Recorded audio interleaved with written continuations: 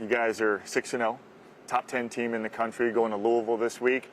With all the hype around this program and the direction it's going for you, does it feel like this has been a long time coming? For sure, it definitely does. I mean, we have a great group of guys right now, guys that are just consistently wanting to get better. So the team culture is at an all-time high right now, and we're just super excited to go in there and battle a really good football team. I want to talk about that culture because this week what made headlines was this player-led team meeting to kind of get things back on track after a couple close calls. Does this meeting happen a couple years ago? I don't believe so. I can't really tell because we've never won like this since I've been here. So I just think, again, the guys around this building, to have a player-led team meeting while 6-0, we know that we haven't played our best game yet. You've been putting your best stuff on film since you got here. You are climbing up the rankings right now of the Hurricanes receiving record books. Do you look around this building, see those names, see those records, and kind of pinch yourself? For sure. Not only do I see, the record books and stuff like that, but, I mean, the greats come back. Lamar Thomas, Micahel Irvin, Santana Moss, all those guys. Even recent, legends. Mike Harley set the receiving record for the catches. I mean, Charleston Rambo's back here every once in a while. It's just keeping in touch with all those guys, just gives you a good pathway. That's why you come to the U, because you have nothing but legends to come back to.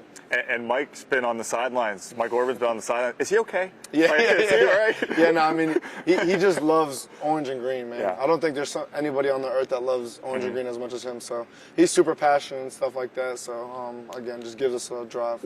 When we interviewed you in high school, you were this kid from Deerfield Beach. You were excited to go to UM, but you also had these offers from Ivy League schools. I asked you, did you get any Bs? You said, no, sir, no Bs. You also knew that had you gone to Ivy League, you mentioned it. Hey, 6 figures right out the door once you graduate.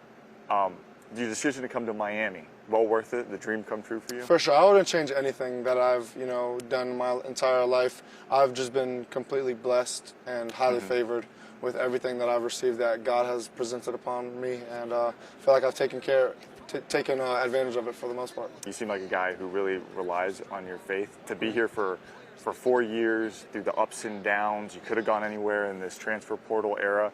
How much did relying on faith keep you here and keep you focused on this dream that you wanted to make happen at Miami? I feel like that's the biggest thing that has driven me. Ever since 2022, back to my injury, God has sat me down and told me, this is on His time. This is not on my timing. So right there, that year, going into my junior year, supposed to be your biggest year. To be able to sit down like that and just have football not necessarily taken away from you, but the physical aspect of it. I've just gained so much more knowledge. Every time I step on the field, every play, I know exactly what coverage everyone is in. Yeah. I know what rotations and, nickel pressures, boundary pressures, all that stuff. I even know stunts at the D-line, Wow. Stuff like that. So, I mean, again, His timing is the greatest timing. His plan is the greatest plan. So, again, I'm just a firm believer, and I give all the glory to Him.